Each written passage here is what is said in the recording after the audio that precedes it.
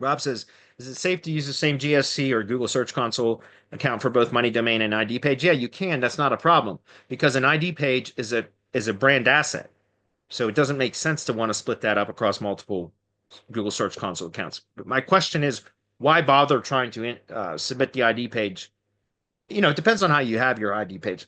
Guys, an ID page does not have to be a cloud page on a cloud storage bucket. I use Amazon S3 ever since 2019 when I developed the ID page process or method.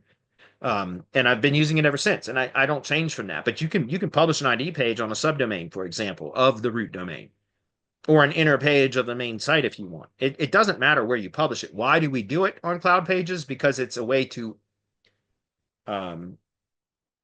to inherit some of the authority from the strong domain, the Amazon S3 AWS domain, if that makes sense. It's just a way to kind of uh, you know absorb some of the domain authority. And in this case, I mean the authority of the domain, but also Moz's domain authority metric too. That too, right? DR, etc. All of those are things that you can inherit with by having it published on a high authority. And by the way, it also when link building because I'm a lot more aggressive to link building to an ID page than I would be to the money site. And so that's another reason to have it on a really high authority domain like Amazon AWS or Microsoft Azure or Google Cloud Storage. Any one of those doesn't matter. The point is to have the high domain or high authority property cloud storage bucket, whatever, so that you can be a lot more aggressive with link building, link velocity, etc. You can be a lot more aggressive. If you're doing it on like a money site or something like that, where you have the ID page as a dedicated page on the site, which is perfectly acceptable, you'd have to be a lot more careful about building links to it, etc. So anyway, the point that I'm making is the ID page is a branded asset. It is one of what I consider the three primary components that make up the local entity, or what I call a tier zero asset. Just for demonstration purposes, let's just jump over here and I'll show you my diagram, right? This is my local link building diagram. So the three tier zero assets are the components that make up the local entity as it relates to local campaigns. The money side of the self-hosted site is the organic side of the local entity. The Google Business Profile is the maps side of the local entity. The ID page is the bridge or the connector that connects organic to maps. The Google Business website used to be that that that asset, right? Think about it, guys. For those of you that know what I'm talking about, there used to be a Google Business website, which was a single page landing page that you built inside the Google Business Profile, right? It was an organic asset that you got a website URL for that would rank an organic search, but you built it as part of the Google Business Profile.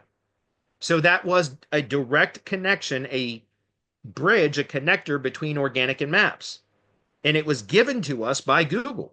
That's why I used the shit out of that, man, for years. That was one of the primary things that we did was optimize the hell out of the GB website, excuse me, and in published posts because we would get inner post page URLs from the post from the GB website. You get these inner page URLs that were do follow links. You could build links to them. You could build silos, so do link wheels and all kinds of cool stuff with Google Business websites.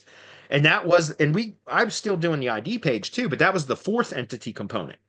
But then Google got rid of in March of last year, Google sunsetted the GB websites. It got rid of them. And so the ID page became the perfect replacement for that primary third entity component, which is again the connector between the two. Well, why do I say it's a connector between the two? Well, because if you take a look at it, with the ID page, here's an example ID page. By the way, that's a semantic triple statement in the SEO title, which is an entity association statement, which is how we should be optimizing all top level pages, right? We should and the brand name should be included and the SEO title for all top level pages, period.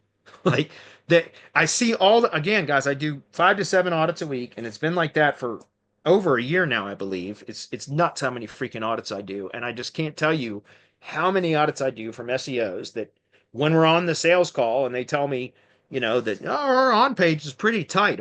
They all say that. Everybody says that. Our on page is pretty tight. We're really good at on page. And then I go audit a property and they don't even mention the brand name in the SEO title of the homepage, right? Like, are you kidding? Or they have 5 different versions of the brand name on different, so in other words, different pages will use different variants of the name. Why would anybody do that and confuse Google about what the actual brand name is? That doesn't make any sense. I don't get it. or squeeze keywords into every single SEO title, including the About Us page, privacy, disclaimer, terms of service, keywords in there that are now causing that page to compete with other top level product or service pages on the site. Why? Why do people do that? I don't understand that. But in any case, the ID page, again, semantic triple statement. This is who the business is. This is what they do. This is where they do it. You're associating the brand entity with the product or service entities and the location entity or entities, depending. And again, the homepage should be optimized for the broadest terms possible. And then you should have inner pages that are adding specificity to that statement that should support that statement, right? Corroborate, validate the statement that is semantic triple statement, entity association statement that is made on the home page. Then every page should also have that entity association statement. In some cases, you might omit location entities. So it's just brand and service. But it's important to always make that association. That is how Google starts to associate those product or services with the brand and the locations with the brand. It's by always having the brand name present with its proper brand name, not multiple variants of the brand name, because that confuses Google as to what is the appropriate version of the name. So you always want to provide agreement and validate and support the proper data as much as possible, right? And so the ID page then again becomes a very critical component because we have all the consolidated assets that are external page URLs that have accurate information published about the business. They're all referenced in the ID page, right? And then we also have, back to the connector thing that I was talking about, we have the Google Business Profile Map embed on this page, name, address, phone number, website information, links to the product or service pages. Also from this page, you can link to the supporting location pages. That was not done on this one, but it could be. We could have another row of links over here that would link to the other locations that are supported from this GBP or that are served from this GBP. But then specifically, if we go to the schema validator, we're going to go take a look at the website, the location landing page, which is where the local business schema goes. In this case, it's going to be home and construction business schema. And this is where the add ID field is. So again, I'm getting back to the point here is the question was, should we have different Search Console accounts for different for the money site and the ID page? No, because it's part of the local entity. Do you get it? Like, and I'm not picking on you, man, but what I'm saying is like, think about it.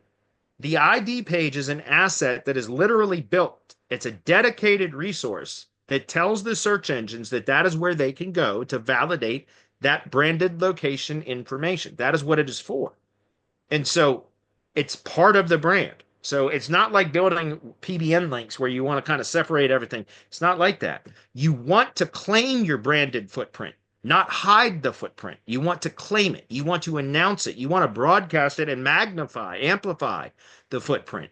That's the whole point of adding branded and supporting profiles, right? Branded and supporting assets, and then interlinking, referencing them as same as attributes within the local business schema. All of that is specifically to claim and amplify the branded footprint, not hide it. You get it?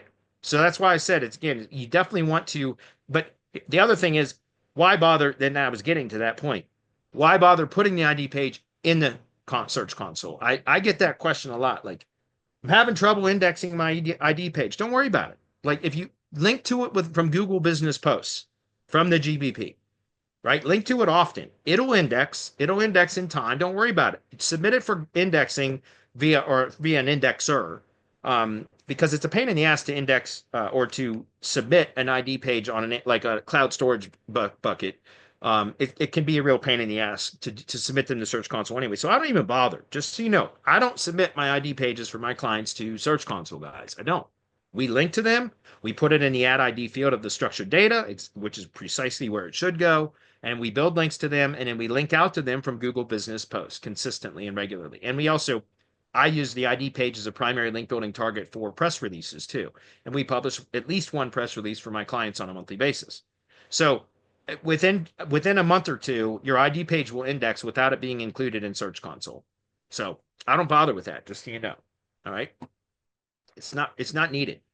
As a matter of fact, let's just kind of pull this up real quick because it sucks that my GBP, I'm so used to that though, but for Louisville Felling Pro, I just actually canceled my link building subscription to this campaign and everything else because I'm just going to let this one go. The GBP is gone. But look what ranks number 2 for the search, for the branded search. It's the ID page. This ID page is not listed in Search Console. I don't have this ID page. Look, the map's going to be broken at the bottom. Just a blank map. Son of a bitch. God damn it. I'm so angry about that because I did nothing to the GBP and it was fine. And then just boom, re-verification status, which is again precisely why I'm trying to tell everybody that listens to us at Semantic Mastery, so anybody in our audience, stop messing with fake GBPs. It's just not worth it, guys. It's not worth it. The whole directory hybrid agency program is developed so that we can get away from having to worry about using GBPs that aren't registered to real valid business locations, so that we stop doing a ton of work, spending a ton of time, effort, resources, money, energy, etc., on something that at any moment, for no valid reason other than it's a spammed listing, that's a valid reason, but for no reason that we can tell, Google just pulls the rug out from underneath you. That just it's that irritates the shit out of me, right? I hate that more than anything. So that's why again I teach about not doing GBP stuff. But right there's the ID page, ranks number 2 for the brand search, guys. In my opinion, that's how it should be. When you do a branded search, the money site should rank first, the ID page should rank second. If done properly, and if you build authority through the ID page, that's how it should work, in my opinion. Okay. Good question. Moving on.